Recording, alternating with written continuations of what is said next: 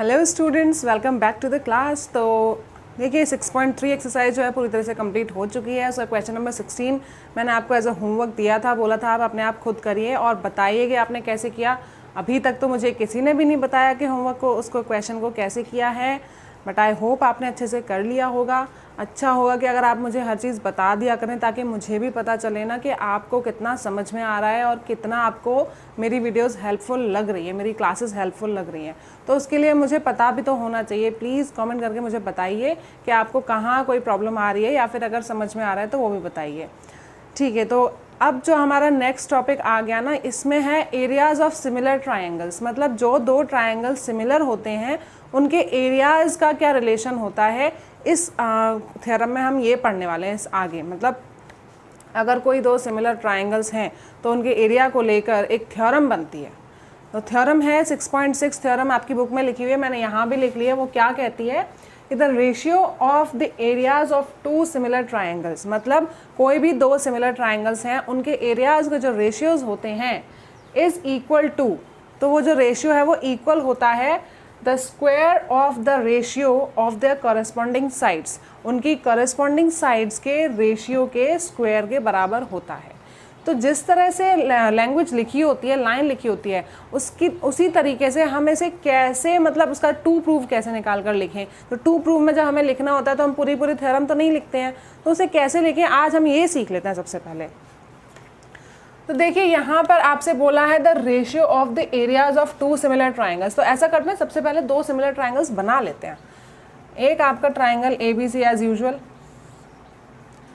और ये हो गया आपका ट्राइंगल पी क्यू आर। इसको ए बी सी मान लिया और इसको पी क्यू आर मान लिया। और हमें पता है कि दोनों ट्राइंगल्स पहले से सिमिलर हैं, तो इनके सारे के सारे मान लें, इसका नाम ऐसे लिखेंगे ट्राइंगल ए बी सी और ये ट्राइंगल पी क्यू आर। अब आपको पता है ना कौन किसके करस्पॉन्डिंग है अकॉर्डिंग टू देयर नेम्स। तो इसके अकॉर्डिंग अब हमें लिखना है the ratio of the areas of two similar triangles. तो देखिए यहाँ बीच में इतना बड़ा बड़ा लिखा हुआ है इज इक्वल टू, मतलब बीच में आपको इज इक्वल टू का साइन लगाना है। इस जो ये लिखा है ना, इसकी जगह में इज इक्वल टू का साइन लगेगा, वो मैंने यहाँ लगा लिया। इस इज इक्वल टू के साइन से पहले जो कुछ भी लिखा है वो इस साइड आएगा लेफ्ट साइड में, और उसके बाद जो कुछ भी लिखा है वो आ जाएगा राइट साइड में। तो बस आपको मिल जाएगा कि टू प्रूफ कैसे लिखने हैं। तो चलिए देख लेते हैं। यहाँ पे लिखा है द रेशियो। रेशियो कैसे फॉर्म में लिखते हैं, हमेशा फ्रैक्शन फॉर्म में, मतलब रेशियो का साइन भी होता है, पर इस तरह से जब हम एरियाज की बात कर रहे हैं कुछ, तो फ्रैक्शन फॉर्म में भी दिखा सकते हैं। ठीक है, तो एरिया जो रेशियोज का, जो ट्राइंगल्स के एरिया का जो रेशियो है, तो जो सबसे पहले ट्राइंगल बना है ना उसका एरिया ऊपर लिख लेते हैं। तो हम लिख देंगे area of A B C. इसका मतलब है ना ट्राइंगल ए बी सी के एरिया की बात हो रही है, और फिर अपॉन में लिख देंगे area of P Q R. तो ये तो बात हो गई यहाँ वाली द रेशियो। ये रेशियो में देखिए अपॉन में लिखा है areas of two similar triangles A B C और पी क्यू आर का। उसके बाद में इधर लिखा है इज इक्वल टू, तो हमने साइन पहले लगा लिया। अब लिखा है द स्क्वायर। किसका स्क्वायर? Of the ratio. किसका रेशियो? Their corresponding sides. उनकी करस्पॉन्डिंग साइड्स के रेशियो का स्क्वायर। तो आपको करस्पॉन्डिंग साइड्स का रेशियो लिखना तो आता ही है। जब भी आपने सिमिलैरिटीज प्रूव की, आपने लिख के दिखाया कि दो ट्राइंगल सिमिलर होते हैं तो उनके साइड्स के रेशियो कैसे लिखते हैं, बस वही रेशियोज हमें लिखने हैं तीनों के तीनों, और उनके ऊपर एक अलग चीज़ जो है वो स्क्वायर, यानी कि स्क्वायर और लगाना है बस। तो देख लीजिए ट्राइंगल ए बी सी की साइड अगर ए बी आप लिखेंगे तो यहाँ पर पी क्यू लिखेंगे, यहाँ पर बी सी लिखेंगे तो वहाँ क्यू आर लिखेंगे, और यहाँ ए सी लिखेंगे तो वहाँ पर पी आर लिखेंगे। अब उसमें देखिए रेशियो आपने करस्पॉन्डिंग साइड्स ही लिख ली, उनका रेशियो आपने लिख लिया। अब उनके ऊपर क्या करना है? स्क्वायर लगाना है। तो सबके ऊपर इस तरह से स्क्वायर लग जाएगा। बस ये है आपका टू प्रूव। एक्चुअल में ये थ्योरम जो है आपसे ये कह रही है, देखिए टू प्रूव का मतलब है कि हमें थ्योरम प्रूव करके इस तरह, मतलब ये दिखाना है कि ये इक्वल आ जाए। और एक्चुअल में जो थ्योरम है वो आपको यही बता रही है। ये थ्योरम आप इस तरीके से यूज़ कर सकते हैं। अगर कहीं पर भी अब ऐसे कोई क्वेश्चंस आते हैं जहाँ पर ट्राइंगल्स के एरियाज़ की बात आ जाती है, सिमिलरिटी में ऐसा कुछ, तो एक चीज़ आपको और पता चलेगी कि जब दो ट्राइंगल सिमिलर होते हैं तो ये रिलेशन भी होता है। ठीक है, इसमें गिवन क्या है आपको कि triangle ABC is similar to triangle PQR, this is given to you, and if it is given that means the ratio of the sides is equal and all of the corresponding angles are also equal. ये सब आपको given है। To prove आपका ये है। इस theorem को मैं अभी यहाँ पर प्रूव करके नहीं दिखा रही हूँ, आपकी बुक में बहुत अच्छे से दिया हुआ है इसका प्रूफ, ठीक है, और बहुत इजी तरीके से दिया हुआ है। आप उसे देखिए, समझिए, अच्छे से करिए। अगर फिर भी आपको नहीं आता है तो मैं पक्का आपको बताऊंगी, लेकिन मुझे आपको बताना पड़ेगा ना कमेंट करके कि आपको नहीं आ रहा है और आपको चाहिए इसका प्रूफ। देखिए इसका प्रूफ ईजी है, इसलिए भी नहीं कर रही हूँ मैं। और एग्जाम पॉइंट ऑफ व्यू से जो ज़्यादा इंपॉर्टेंट थ्योरम है इस चैप्टर की, वो एक तो BPT है, कन्वर्स ऑफ BPT है, और एक पाइथागोरस थ्योरम है। तो पाइथागोरस थ्योरम आज मैं प्रूव करके आपको बताने वाली हूँ कि उसको कैसे करना है, ठीक है। इसको आप ऐसे समझ लीजिए, बस मैंने ये इसलिए बताया ताकि आपको पूरा का पूरा हर चैप्टर की हर चीज़ पता रहे कि इस चैप्टर में क्या क्या आया है। तो अब पाइथागोरस थ्योरम प्रूव कर लेते हैं। हाँ, पाइथागोरस थ्योरम से पहले भी एक एक्सरसाइज है जिसमें इस थ्योरम से रिलेटेड सारे क्वेश्चंस हैं। देखिए अब मैं सारी एक्सरसाइज के क्वेश्चंस अभी सॉल्व नहीं करने वाली हूँ, थोड़ा तबीयत भी ठीक नहीं चल रही है तो थोड़ा ज़्यादा हो जाता है मेरे लिए। तो लेकिन ऐसा नहीं है, मेरे स्टूडेंट्स को अगर चाहिए कि मैम प्लीज़ आप मुझे ये वाला क्वेश्चन बताइए या इस एक्सरसाइज का ये क्वेश्चन बताइए, तो मैं उसको पक्का सॉल्व करके दिखाऊंगी। पर 1 to 1 क्वेश्चन अब मैं नहीं कर पाऊंगी, लेकिन आपकी रिक्वेस्ट पर आपको जो कोई भी क्वेश्चन कराना है मैं उसे पूरी ईमानदारी से पूरा अच्छे से करके बताऊंगी। आप बस मुझे ये बता दीजिए आपको कौन सा क्वेश्चन करना है, ठीक है। तो एक्सरसाइज 6.4 आएगी, इससे रिलेटेड होगी वो पूरी की पूरी। आप कोशिश करिए उसे करने की, थ्योरम को प्रूव करने की कोशिश करिए। अगर कहीं कोई प्रॉब्लम आती है तो आई एम ऑलवेज अवेलेबल, आप मुझे कभी भी कमेंट कर दीजिए, मैं आपके लिए क्लास अपलोड कर दूँगी उन पर्टिकुलर क्वेश्चंस के लिए या पर्टिकुलर थ्योरम के लिए। अब आ जाते हैं अपनी पाइथागोरस थ्योरम, लेकिन उससे पहले एक और थ्योरम है, थ्योरम 6.7।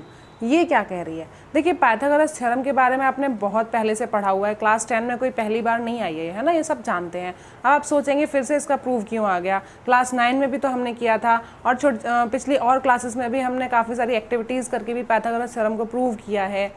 अब ये ऐसे क्यों आ रही है? पाइथागोरस प्रॉपर्टी आपने क्लास 7 में भी प्रूव की होगी, है ना, अलग तरीके से थोड़ा।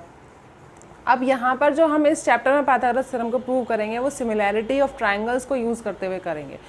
तो इससे ना आपको एक चीज़ ये भी पता चलेगी कि एक ही थ्योरम को प्रूव करने के भी कितने अलग अलग तरीके होते हैं। एक आपने नया कॉन्सेप्ट अभी क्लास 10 में पढ़ा, सिमिलैरिटी ऑफ ट्राइंगल्स, तो अब ये भी यहाँ पर यूज़ हो सकता है पाइथागोरस थ्योरम को प्रूव करने के लिए। और ये प्रूव जो है बहुत ज़्यादा इंपॉर्टेंट हो जाता है in the exam point of view से।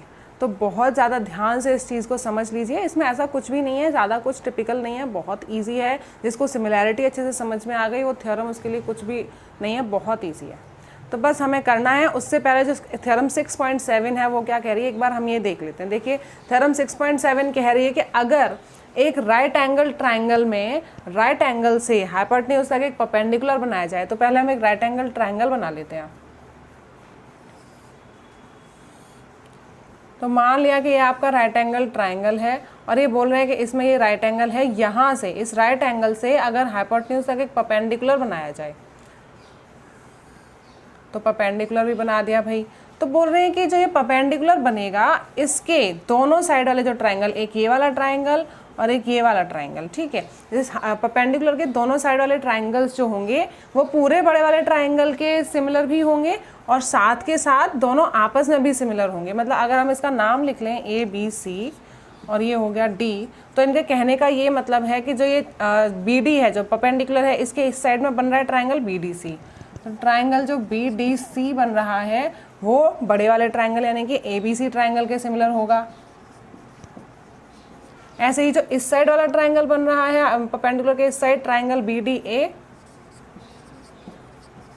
वो भी ट्राइंगल ABC के सिमिलर होगा, ठीक है। और जो दोनों आपस में हैं वो भी सिमिलर हो जाएंगे कि triangle BDC is similar to triangle BDA। तो ये 3 केसेस होंगे अगर कोई भी एक राइट एंगल ट्राइंगल है और उसके राइट एंगल से ही हाइपोटेन्यूज तक एक परपेंडिकुलर जाता है, तो उस परपेंडिकुलर के दोनों साइड बनने वाले ट्राइंगल्स जो हैं वो पूरे बड़े वाले ट्राइंगल के भी सिमिलर होंगे और वो आपस में भी सिमिलर होंगे। इतना बोला जा रहा है थ्योरम 6.7 में, ठीक है। ये चीज़ आपको बताई जा रही है। इस चीज़ को देखिए उन्होंने प्रूव करके भी दिखाया है। थ्योरम 6.7 जहाँ लिखी है उससे ऊपर इसका पूरा प्रूफ दिया हुआ है कि किस तरह से ट्राइंगल सिमिलर हो गए हैं। आई होप आपको इन ट्राइंगल्स को सिमिलर करने में कोई प्रॉब्लम नहीं आएगी, क्योंकि इस तरह के क्वेश्चंस तो हम एक्सरसाइज में भी कर चुके हैं ना, जहाँ पर आपको पूरे बड़े ट्राइंगल के साथ एक छोटा ट्राइंगल सिमिलर करना है, या ये वाला करना है, या आपस में करने हैं। डबल ए से सारे के सारे ट्राइंगल सिमिलर हो जाएंगे। उसमें हाउ वाई करके इस तरह से पूरा रीज़न की जगह में ब्रैकेट में लिखा हुआ है बुक में, तो वो कहाँ से कैसे आएगा ये आप अपने आप से देखिए, और अगर नहीं समझ में आता है तो मुझसे बताइए, मैं बताऊँगी। अब आप चलते हैं अपनी थ्योरम, असली थ्योरम जो है पाइथागोरस थ्योरम 6.8 के पास। देखिए पाइथागोरस थ्योरम क्या कहती है, ये तो हम हमेशा से जाते हैं, बहुत छोटी क्लासेस से हम ये जानते हैं कि पाइथागोरस थ्योरम ये मतलब होता है, मतलब वो ये कहती है कि जो उसकी हाइपोटेन्यूज साइड का स्क्वायर जो होता है वो उसकी बाकी दो साइड्स के स्क्वायर के सम के इक्वल होता है ना, ये आप जानते हैं। तो वही चीज़ हमें आज प्रूव करनी है सिमिलैरिटी ऑफ ट्रायंगल्स की प्रॉपर्टीज़ को यूज़ करते हुए। तो हम पहले लिख लेते हैं कि हमें गिवन क्या है। यहाँ पर हमें गिवन है that triangle ABC is right angled at B। मतलब ये ट्राइंगल तो हम नहीं बनाया है, पर ये एक तरह से गिवन ही है ना कि ट्राइंगल राइट एंगल ट्राइंगल है, तो उसमें हमने ये बना लिया कि वो एंगल B पर राइट एंगल है। अब आपको प्रूव क्या करना है, यहाँ पर हमें प्रूव करना है कि जो AC स्क्वायर है वो है AB square plus BC square के इक्वल। ये चीज़ हमें प्रूव करनी है। तो बहुत छोटी क्लासेस से जानते हैं कि ऐसा होता है, पर अब यहाँ प्रूव कैसे करके दिखाएं। तो देखिए उसको प्रूव करने के लिए जो अभी हमने थ्योरम 6.7 के बारे में जो बात की थी ना, वो थोड़े से कॉन्सेप्ट्स यहाँ यूज़ होंगे, इसीलिए हमने पहले ही उसकी बात कर ली थी। तो देखिए यहाँ पर भी हमें ना कंस्ट्रक्शन करना पड़ेगा, जिसमें जो एंगल B है राइट एंगल एंगल, उससे होते हुए हाइपोटेन्यूज तक एक परपेंडिकुलर ड्रॉ करना पड़ेगा। मान लिया इसका पॉइंट का नाम हो गया D। ठीक है, देखिए बुक में जो फिगर है वो थोड़ा कुछ इस तरह से बना हुआ है कि राइट एंगल ऊपर है और उससे परपेंडिकुलर ऐसे आ रहा है आपको दिखाने के लिए। ये भी राइट एंगल ट्राइंगल है, इसमें भी हमने परपेंडिकुलर ऐसे ड्रॉ कर दिया। दोनों ही फिगर्स ठीक हैं, आपको जैसे अच्छा लगे आप वैसे बना सकते हैं। ठीक है, मैंने इसलिए ऐसा फिगर बना के दिखाया ताकि कुछ स्टूडेंट्स को ये कन्फ्यूजन ना हो कि जब ये थ्योरम प्रूव करनी है तो क्या हाइपोटेन्यूज हमेशा बेस में ही होनी चाहिए। तो ऐसा कुछ भी नहीं है, ऐसा कुछ इंपॉर्टेंट नहीं है। आप ट्राइंगल को चाहे उस साइड उसकी परपेंडिकुलर बनाओ, चाहे स्लैंट में परपेंडिकुलर बनाओ, या बेस में उसका हाइपोटेन्यूज बनाओ, कुछ भी कर सकते हो किसी भी तरीके से, बस वो एक राइट एंगल ट्राइंगल होना चाहिए। तो मैंने इस तरह से बनाया है, इसमें और बुक वाले फिगर में कोई अंतर नहीं है, कोई प्रॉब्लम नहीं है, दोनों ही एक ही तरीके से प्रूव किए जाएंगे। तो हमने जो ये कंस्ट्रक्शन कर लिया, इसे हम लिख लेते हैं कि हमने कंस्ट्रक्शन किया है। जो कुछ भी किया है वो लिख कर दिखाना है आपको।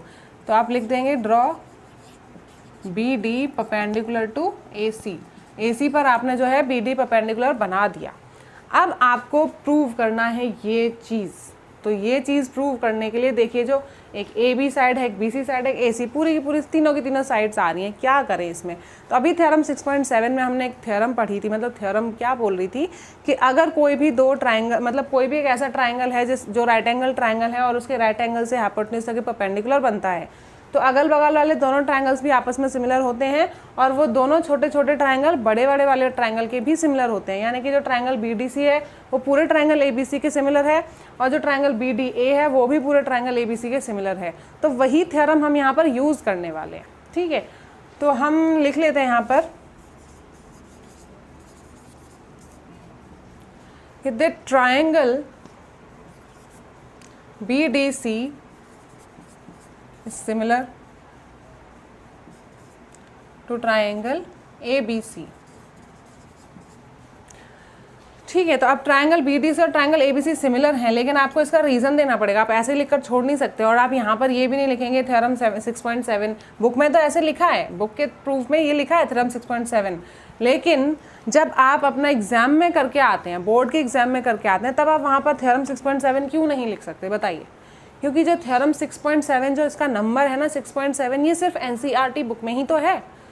हर स्कूल का बच्चा जो है सिर्फ NCERT ही नहीं पढ़ रहा होता है, अलग अलग तरह की पब्लिकेशंस की बुक्स भी तो स्कूल्स में लगी होती हैं, वो पढ़ रहे होते हैं। तो हर किसी की बुक में थ्योरम का नंबर कुछ अलग होगा। ऐसे में जो एग्जामिनर है, जो आपकी कॉपी चेक कर रहे हैं, आपके आंसर शीट्स चेक कर रहे हैं, उनको कैसे समझ में आएगा कि आप कौन सी वाली बुक के थ्योरम की बात कर रहे हैं, कौन सा चैप्टर है, क्या है? किसी बुक में चैप्टर नंबर कुछ अलग होगा, किसी बुक में चैप्टर नंबर अलग होगा। तो इस अकॉर्डिंग जो थ्योरम 6.7 है वो सिर्फ NCERT के तो अकॉर्डिंग है ना, बाकी बुक्स के अकॉर्डिंग ये नंबर नहीं होगा।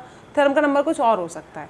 इसीलिए कभी भी थ्योरम का नंबर आपको लिखकर नहीं बताना है, आपको बताना है पूरा उसका थोड़ा सा स्टेटमेंट। मैं ये नहीं कह रही थी कि थ्योरम 6.7 जो है वो काफ़ी लंबी है, उसमें बहुत सारी लाइन लिखी हुई है, तो पूरा का पूरा यहाँ पर लिखना पॉसिबल नहीं है, पर उसे आप थोड़ा शॉर्ट बनाकर लिख सकते हैं। शॉर्ट कैसे बना सकते हैं हम बता देते हैं। तो हम ये लिख देते हैं यहाँ पर कि BD is perpendicular to AC and angle B is 90 degree. बस इतना काफ़ी है। आप ये बता दीजिए जो एंगल B है वो 90 डिग्री है और जो BD AC पे परपेंडिकुलर है, इसका मतलब आप समझ जाओ कि हम थ्योरम 6.7 की बात कर रहे हैं। इतना रीज़न काफ़ी है, उस पूरी थ्योरम को ये डिफाइन कर देगा। ठीक है, इससे इतना भी पता चल जाएगा कि आपको पता है कि वो थ्योरम कहती क्या है, कि अगर किसी एंगल 90 डिग्री एंगल से परपेंडिकुलर जाता है हाइपोटेन्यूज पर, तो उसी वजह से ट्राइंगल्स जो होते हैं वो सिमिलर हो जाते हैं। यहाँ पर पूरी की पूरी थ्योरम आपने इतनी सी बात में बता दी।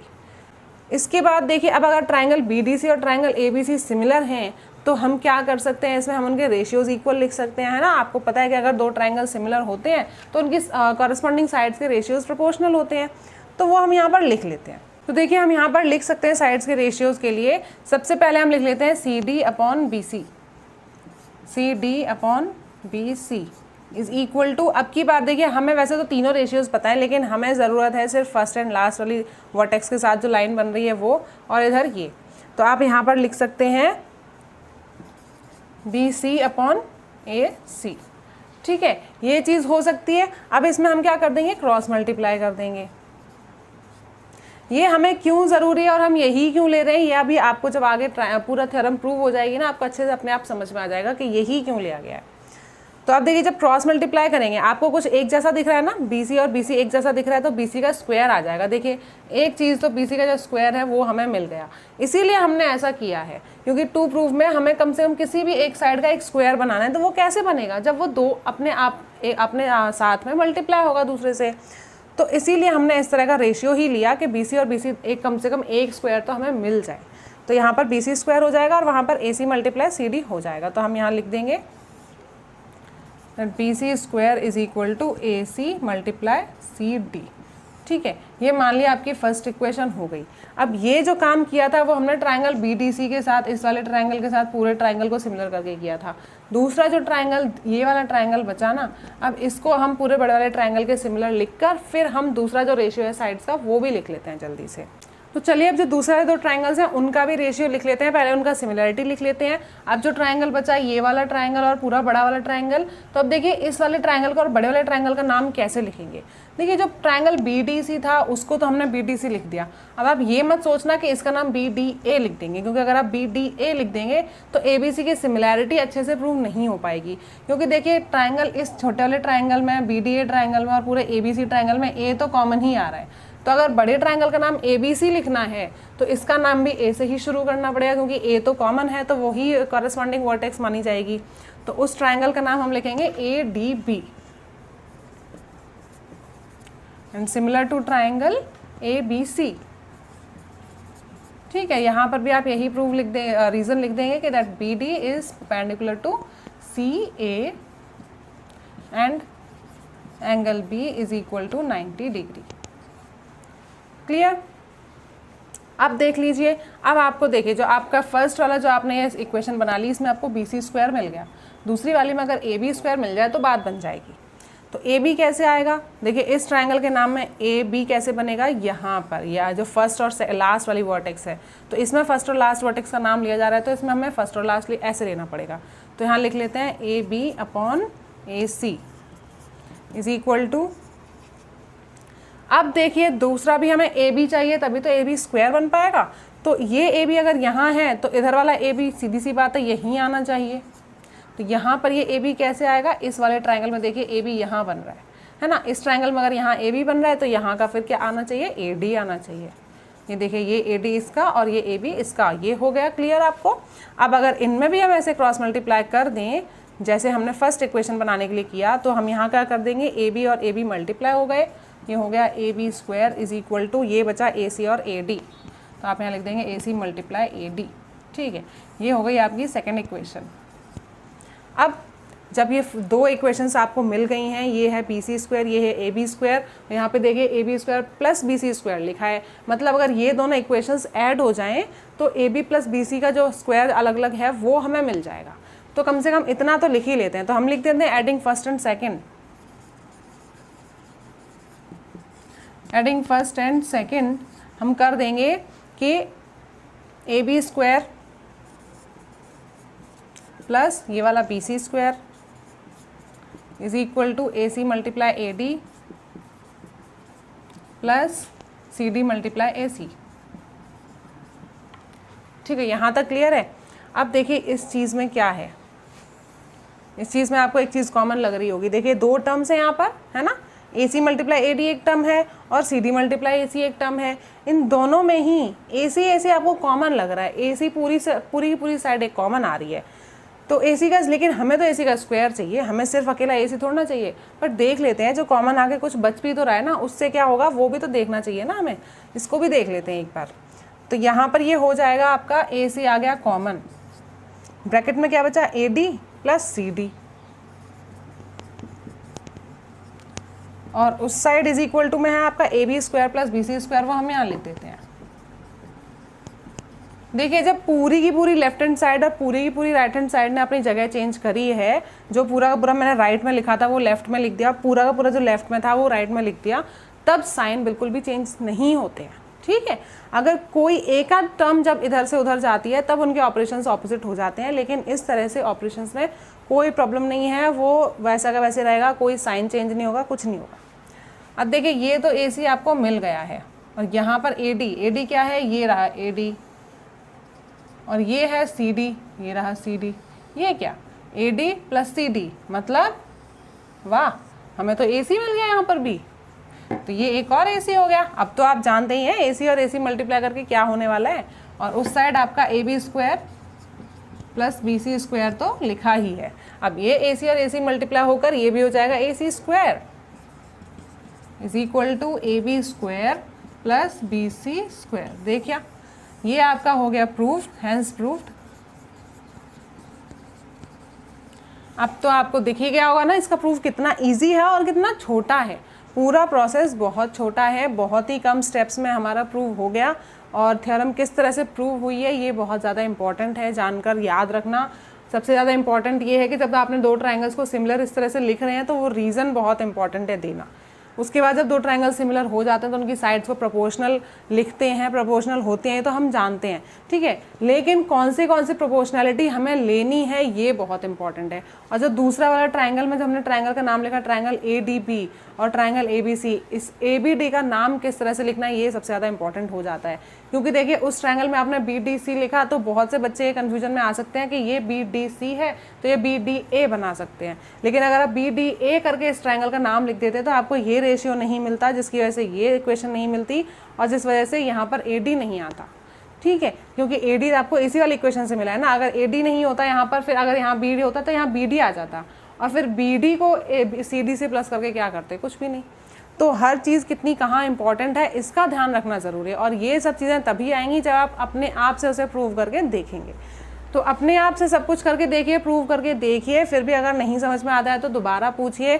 और इसका जो कन्वर्स ऑफ पाइथागोरस थ्योरम है वो क्या कहती है कि अगर कोई एक ऐसा ट्रायंगल है जिसकी जो सबसे बड़े वाली साइड का स्क्वायर बाकी दो बची हुई साइड्स के स्क्वायर के सम के बराबर होता है तो वो एक राइट एंगल ट्रायंगल है। मतलब इसके कन्वर्स में हम ये प्रूव करेंगे कि जो एंगल B है वो 90 डिग्री है, और हमें गिवन होगा ये जो हमने यहाँ प्रूव किया है वो आपको कन्वर्स थ्योरम में गिवन है, और आपको उल्टा चलकर ये प्रूव करना है कि ये 90 डिग्री है। वो हम कैसे करेंगे अपनी नेक्स्ट क्लास में करेंगे, कन्वर्स ऑफ पाइथागोरम्स का प्रूफ। अभी जो है ये है, आपने इसको अच्छे से समझ लीजिए, और अगर इनसे रिलेटेड आपको कोई भी क्वेश्चंस आपको मुझे सॉल्व करवाने, आप चाहते हैं कि मैं कोई क्वेश्चन एक्सरसाइज का या कोई दूसरा क्वेश्चन भी किसी और बुक का सॉल्व करके आपको समझाऊं, तो प्लीज़ मुझे कमेंट करके बताइए कि हम ये क्वेश्चन समझना चाहते हैं, हमने बहुत कोशिश की, नहीं समझ में आया। ठीक है, तब तक के लिए बाय बाय, टेक केयर।